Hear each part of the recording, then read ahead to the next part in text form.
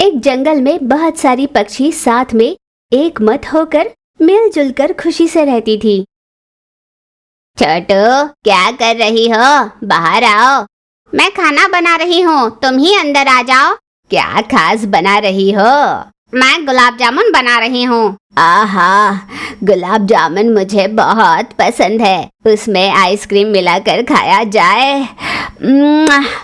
अभी के अभी मैं आइसक्रीम तो नहीं बना सकती, पर गर्मा गर्म गुलाब जामुन खा लेना।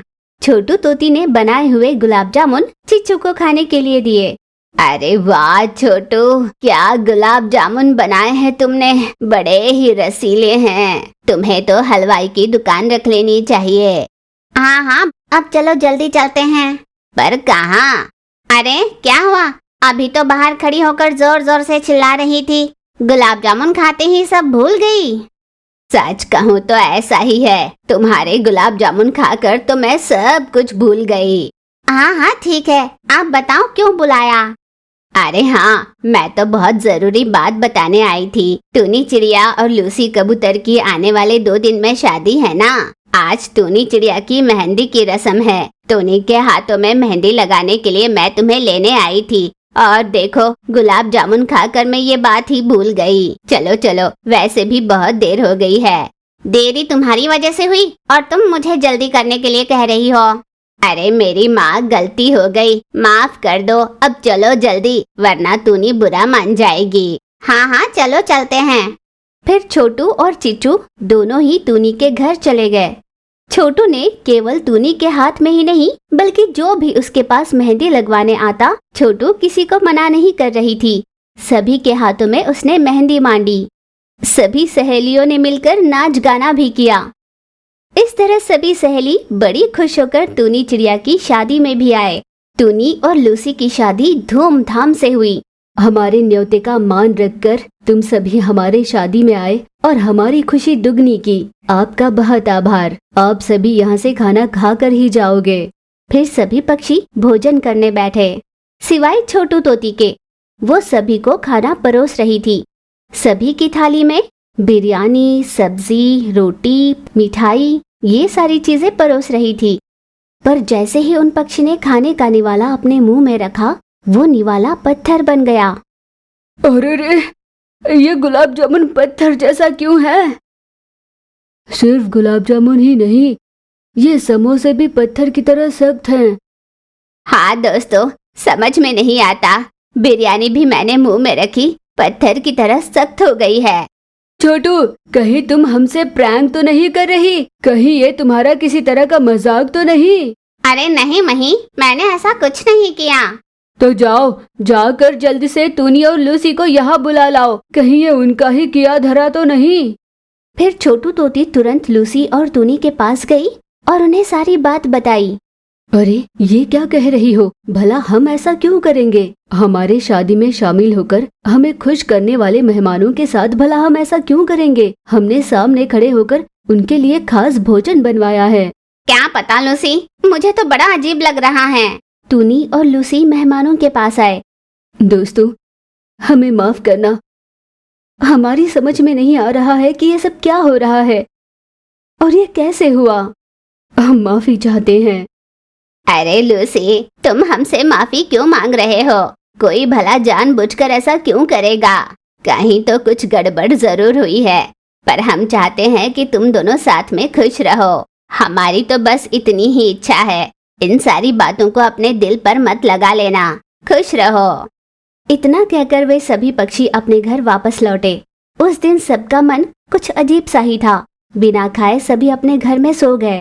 पर अगले सवेरे सभी ने अपने अपने घरों में खाना बना लिया। पर हुआ वही, जैसे ही उन्होंने खाने का निवाला अपने मुंह में रखा, वो पत्थर बन गया। ये सभी पक्षियों के साथ हो रहा था, इसीलिए सभी पक्षी इकट्ठा हुई। पक्षी मित्रों, ये सब क्या हो रहा है? इस पूरे जंगल में कोई भी एक निवाला खाना नहीं खा पाया आज। जो भी खाना पका रहा है वो पत्थर बन रहा है। इसकी शुरुआत हमारी शादी से ही हुई है। लगता है हमारी कुंडली सही नहीं है। हमारी वजह से सबको तकलीफ झेलनी पड़ रही है। लूसी, तुम्हारी शादी या तुम्हारी कुंडली का इससे कोई वास्ता नहीं। हमें इसके असली वजह का पता लगाना होगा, वरना हम यूं ही भूखे मर जाएंगे। हाँ, पर हम इसका पता कैसे लगा पाएंगे? जिसका कोई नहीं होता उसका ऊपर वाला होता है। हम सभी मंदिर चलकर उस ऊपर वाले से ही इसका जवाब मांगते हैं। हमारे पास और कोई रास्ता भी तो नहीं। यूं तय कर सभी पक्षी उस जंगल के मंदिर में गए, पर देखा कि वहाँ का मंदिर शिथिल हो चुका है। मंदिर पत्थरों से ढका हुआ था। सभी पक्षी ने मिलकर उन पत्थरों को हटाया और मंदिर की सफाई की। फिर शिवलिंग से उन्होंने प्रार्थना की। उनके साथ जो अजीब घटना हो रही थी उसके बारे में सभी पक्षी ने भगवान से कहा। भगवान शिव जी उनकी प्रार्थना सुनकर प्रकट हो गए। पक्षी मित्रों, तुमने कोई गलती नहीं की है। मेरे शिथिल हुए इस मंदिर को ठीक करवाने के लिए ही मैंने ये रास्ता अपनाया। अब से तुम्हारी सारी बाधाएं दूर हो जाएंगी। भगवान जी, हमें माफ कर दीजिए। जब तक हमारी जिंदगी में कष्ट नहीं आए हमने आपको याद ही नहीं किया। आइंदा आपको मन मंदिर में बिठाकर आपकी नित्य पूजा करेंगे। शिव जी ने उन्हें आशीर्वाद दिया और वहाँ से गायब हो गए। बहुत समय पहले की बात है। एक जंगल में टूनी चिड़िया रहती थी। वो बहुत ही दीन थी। अपने साथी पक्षियों से उधार लेकर अपना गुजारा करती थी। आज बहुत ही ज्यादा भूख लग रही है। रसोई में जाकर कुछ बना लेती हूँ। ये सोचकर टूनी चिड़िया अपनी रसोई में गई। अरे, रसोई में तो अनाज ही नहीं है। अब क्या करूँ? बहुत ही जोर की भूख लगी है। हाँ, मैं पड़ोस में रहने वाली लूसी कबूतरी के पास जाती हूँ। उससे ही कुछ मांग लूंगी। ये सोचकर टूनी चिड़िया लूसी कबूतरी के घर गई। हाय लूसी, क्या कर रही हो? हाँ, कर रही हो कुछ। तुम बताओ कैसे आना हुआ? कुछ खास नहीं, बस घर पर बोर हो रही थी तो सोचा तुमसे मिल लूं। बिना किसी मतलब के तुम किसी के पास जाती नहीं। अब बताओ किस काम से आई हो? अरे ऐसा कुछ नहीं है। वो दरअसल बहुत भूख लग रही थी। क्या हम दोनों मिलकर कुछ बना ले? हाँ, यही तो मैं सोच रही थी कि तुमने अब तक कुछ मांगा कैसे नहीं। अब मांग लिया ना। बताओ ना, क्या बनाया तुमने? देखो टूनी, पहले से ही तुमने मुझसे बहुत सारी उधारी ले ली है और तुमने अब तक लौटाया भी नहीं। और मैंने कई बार तुम्हें भोजन खिलाया है, पर तुम में जिम्मेदारी ही नहीं आती। अब मैं तुम्हें कोई आहार देने वाली नहीं। तुम जाओ यहाँ से। लूसी कबूतरी ने टूनी को जाने के लिए कह दिया। मैंने सोचा था आज पैसों की बचत कर लूंगी और लूसी को बहला फुसला कर उसके पास खा लूंगी। हाँ, पर लूसी तो मानी ही नहीं। खैर, लूसी ने नहीं दिया तो क्या हुआ? इस जंगल में और भी ऐसे कई पक्षी हैं जिन्हें मैं अपनी बातों में फंसाकर भोजन कर लूंगी। चिड़िया वहाँ से निकलकर किसी और के घर जाने के लिए निकली। फिर उसे दिखाई दी चीचू कवि। अरे, यहाँ तो चीचू कवि है। आज इसकी बारी। इसे बातों में फंसाकर मेरा काम कर लूंगी। हाय चीचू, कैसी हो तुम? अरे बाप रे टूनी, तुम फिर से आ गई। ऐसे घबरा क्यों गई तुम? मैं तुम्हारी सहेली ही तो हूँ। खैर, तुम पहले बताओ क्या काम है? जंगल भर में बातें हो रही है कि चीचू कवि बहुत ही बढ़िया खाना बनाती है। खाना बनाने में तो मेरा कोई मुकाबला नहीं। पर मैं कैसे मानूं? अपनी बात मनवानी हो तो मुझे कुछ खिलाकर तो दिखाओ। टूनी, यहाँ तुम्हारी दाल नहीं गलने वाली। मुझे चने की खेत पर चढ़ाकर तुम मेरे यहाँ मुफ्त में खाने आई हो ना। जाओ चुपचाप यहाँ से। मैंने इस बार मिर्ची की फसल डाली है। मुझे जाकर उसके लिए खाद लेकर आना है। चीचू कवि ने टूनी को घर से जाने के लिए कहा और फिर अपनी खेती के लिए खाद लाने मार्केट चली गई। चीचू कवि मिर्ची की फसल डालने वाली है। तो अब उसे मेरी होशियारी का नमूना दिखाती हूँ। टूनी चिड़िया तुरंत चीचू कवि के मिर्ची के बगीचे में गई। अरे वाह, कितना बढ़िया लग रहा है ये बगीचा। चीचू के लौटने से पहले जल्दी से सारी मिर्चियाँ तोड़कर ले जाऊंगी और मार्केट में बेचकर खूब सारा पैसा बनाऊंगी। खाद के लिए बाजार गई हुई चीचू को अचानक कुछ याद आया और वो वापस घर लौटी। तो उसने देखा बगीचे में टूनी चिड़िया मिर्ची तोड़ रही है। टूनी, तुम्हारी इतनी हिम्मत कि तुम मेरे बगीचे से चोरी करो? चीचू, मुझे माफ कर दो। दरअसल मुझे बहुत ज्यादा भूख लगी थी। मुझे तुम गलत मत समझना।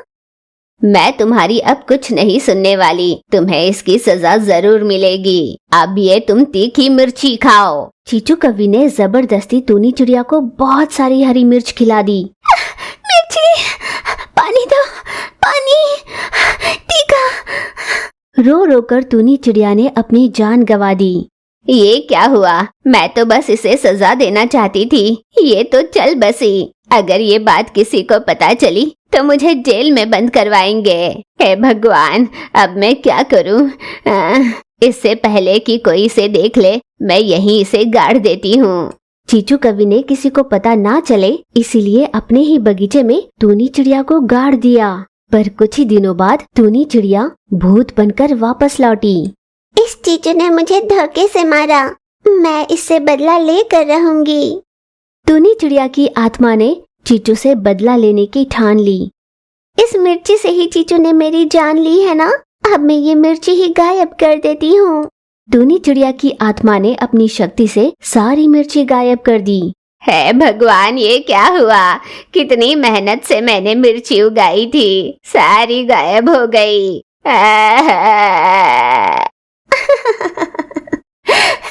बहुत अच्छा हुआ, कईयों ने मुझे सताया है, अब मैं सबसे बदला लूंगी। फिर टूनी चिड़िया की आत्मा जंगल के बाकी पक्षी के घरों से पैसे और सोना गायब करने लगी। अरे, घर से सारा सामान गायब हो रहा है। हम अपने स्वामी मही चील के पास जाकर ये बात बताते हैं। फिर सभी पक्षी साथ मिलकर मही चील से मिलने गए। क्या समस्या है? स्वामी जी, हमारे घरों से धन और धान्य सब गायब हो रहा है, आप ही इसका पता लगाएं और उपाय बताएं।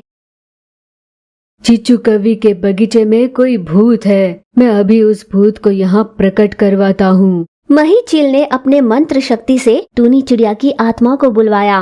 बताओ, कौन हो तुम? मैं टूनी चिड़िया हूँ। मैंने चीचू से एक बार खाना मांगा तो उसने ढेर सारी मिर्ची खिलवाकर मुझे मार डाला और अपनी जमीन में ही गाड़ दिया। और इस जंगल में रहने वाले किसी भी पक्षी ने कभी मेरी सहायता नहीं की। टूनी की आत्मा से चीचू की सच्चाई जानकर बाकी सभी पक्षी ने उसे खूब डांटा और जंगल से उसे निष्कासित किया। चीचू कवि को सजा मिलने पर टूनी की आत्मा को भी शांति मिली और वो हमेशा के लिए मुक्त हो गई।